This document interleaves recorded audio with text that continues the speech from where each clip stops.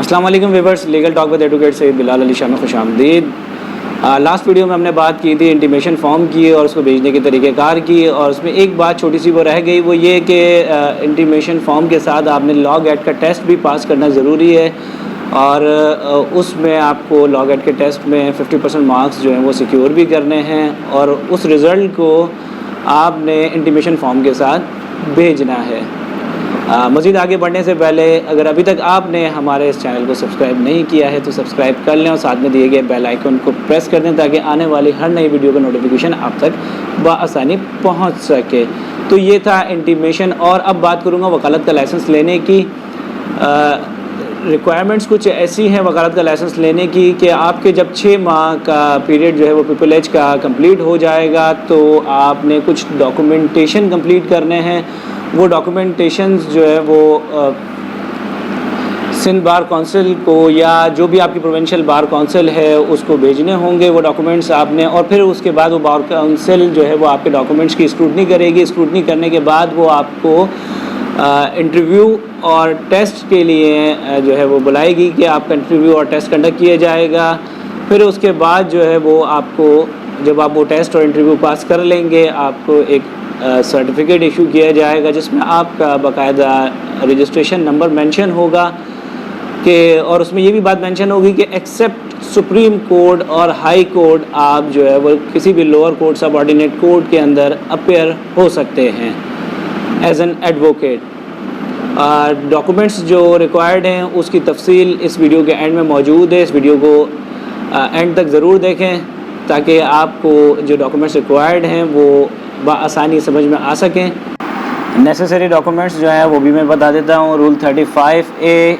इसमें जो required documents होंगे या जो भी आपकी रिक्वायरमेंट्स होंगी, जो सवाल इसमें लिखे हुए होंगे, उनको उसके आगे जो है वो आपको फिलअप करने होंगे उन ब्लैंक जगहों को, और उसके बाद किसी भी एक भी कॉलम को जो है ना आपने खाली नहीं छोड़ना है। फिर rule 36I certificate from the senior regarding the completion of your training. तो जो ट्रेनिंग आप अपने सीनियर के पास करेंगे उसका जो है वो 6 महीने की PPL का सर्टिफिकेट आपके सीनियर आपको इशू करेंगे। उसमें आप उस पर जो है वो सर्टिफिकेट पे आपके सीनियर की रबर की स्टैम्प भी जो है वो लगी हुई होनी चाहिए, साथ में उनके सिग्नेचर हों। फिर रूल 36D जो है वो तीसरी रिक्वायरमेंट जो इसकी है वो ये है कि एक एफिडेविट 20 रुपये का या 50 रुपये का जो भी आपको अवेल हो सके आसानी से, वो आप लेकर उसमें जो है वो अपना एफिडेविट आप देंगे कि उसमें मेंशन होगा कि आपका नाम, बल्दियत वगैरह, और स्टेटेड इन देयर इन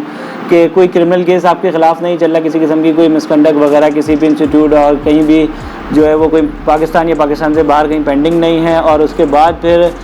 आपके जो है एकेडमिक ईयर वगैरह जो क्वालिफ़िकेशन आपकी होगी, मैट्रिक की, इंटर की, LLB, ग्रेजुएशन वगैरह जो भी आपने की होगी, उसकी डेट ऑफ पासिंग ईयर और ये सारी चीज़ें उसमें मेंशन होनी चाहिए। And explanation with regard to the considerable gaps, अगर कोई गैप आपका आया हो तो एकेडमिक उसके दौरान, तो उसमें भी आप जो है वो उसके बारे में भी आप अपना बताएंगे कि क्यों आया, किस वजह से आया। फिर तीसरा ये चौथा पॉइंट ये है कि इसका कि आपके इस PPL के दौरान जो है वो आप किसी भी बिज़नेस में अटैच नहीं हुए और ना ही होंगे आगे फर्दर, और ना ही आपको कोई बिज़नेस वगैरह है, गवर्नमेंट, सेमी गवर्नमेंट या प्राइवेट, किसी किस्म का कोई आपका बिज़नेस वगैरह नहीं है, ना ही कोई जॉब है आपकी, ना कोई किसी किस्म का कोई ताल्लुक, ना ही कोई आप बैंकरप्ट है, ना ही किसी किस्म की जो है वो गलत किस्म की एक्टिविटी में मुलव्वस है। ठीक है जी। फिर चौथा पॉइंट ये कहता है rule 36E detail of payments. तो आप अभी बैंक लिमिटेड में जो है वो अपनी पेमेंट जमा कराएंगे, चाहे वो कराची की ब्रांच हो या किसी भी ब्रांच हो, पूरे सिंध भर की या जहाँ की भी, जिस प्रोविंस के भी आपके रिक्वायर्ड हो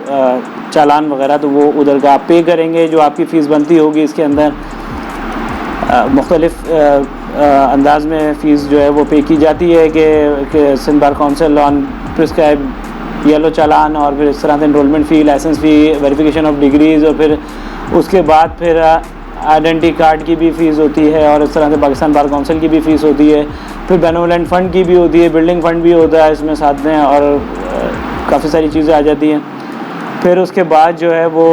रूल 36F आपका जो एक अंडरटेकिंग आप देंगे कि हम 1 महीने के अंदर जो है वो किसी भी बार काउंसिल को ज्वाइन करेंगे, डिस्ट्रिक्ट बार को। रूल 36G जो है लिस्ट ऑफ एटलीस्ट 10 केसेस, जो 10 केसेस की जो लिस्ट है, 10 केसों की लिस्ट है जो वो आप अटैच करेंगे अपने फॉर्म के साथ ही, वो ये होगी कि आपने जो अपने सीनियर के साथ जो है वो अटैचमेंट के दौरान 6 महीने के अंदर जिन केसेस के अंदर आप अपेयर हुए, जिनमें आप अपने सीनियर के साथ खड़े हुए थे, उसको अटेंड किया, देखा, समझा, तो उन 10 केसेस के बारे में आप जो है वो लिस्ट बनाएंगे। वो लिस्ट जो है वो आगे मौजूद है इस वीडियो में कि वो किस तरह की और किस तरह की बनेगी, तो वो मैंने इसमें दी है, उसकी तस्वीर भी। रूल 36H6 आपके जो है वो फ़ोटोग्राफ जो हैं वो पासपोर्ट साइज़ दिए जाएंगे, जो कि कोर्ट ड्रेस में होने चाहिए आपके फुल यूनिफॉर्म के अंदर। और उसके बाद फिर आपके जो डॉक्यूमेंटेशन है, जितनी भी मैट्रिक की और मैट्रिक की, इंटरमीडिएट और BA, BCom, BSc जो भी आपने किया हो, और उसके बाद ग्रेजुएशन के बाद फिर LLB की आपकी जो है वो फ़ोटोकॉपीज़ वगैरह जो है अटेस्टेड होनी चाहिए। और उसके बाद फिर है रूल 36C, जो कैरेक्टर सर्टिफिकेट्स, वो ये कि आपके सीनियर के अलावा किसी और सीनियर के, यानी कि जो 2 सीनियर्स हों जिन्होंने आपको आते जाते देखा हो कोर्ट में 6 माह के दौरान, उन 2 सीनियर्स जिनकी प्रैक्टिस 10 साल से ऊपर हो,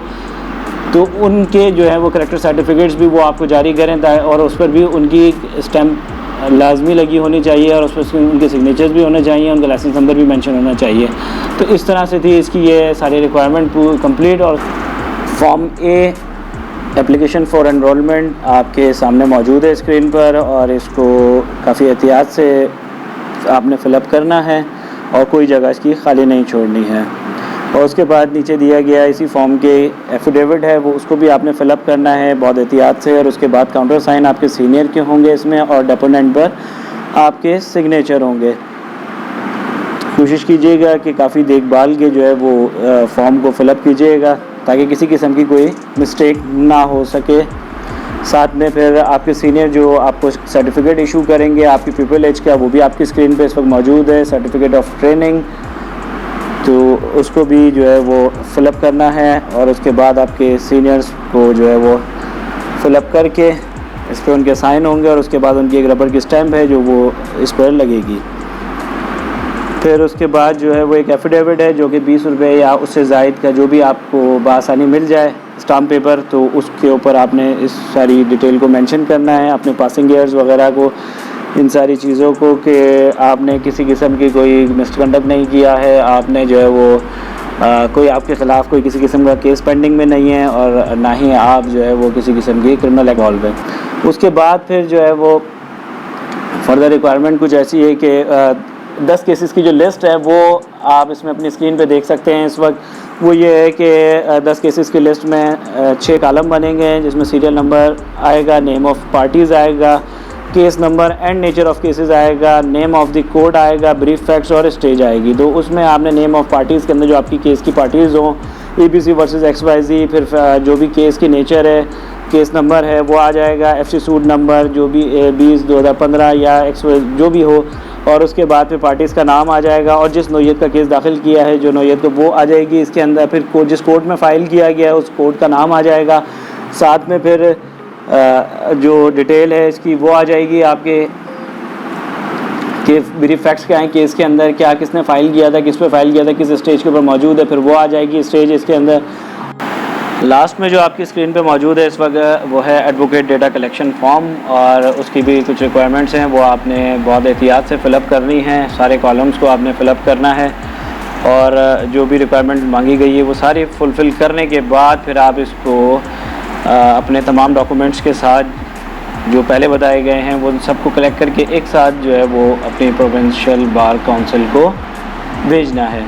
और उसके बाद फिर आपका जो है वो टेस्ट और इंटरव्यू कंडक्ट किया जाएगा, और फिर आपको जो है वो एक लाइसेंस इशू किया जाएगा जिसमें आपका रजिस्ट्रेशन लेजर नंबर लिखा होगा,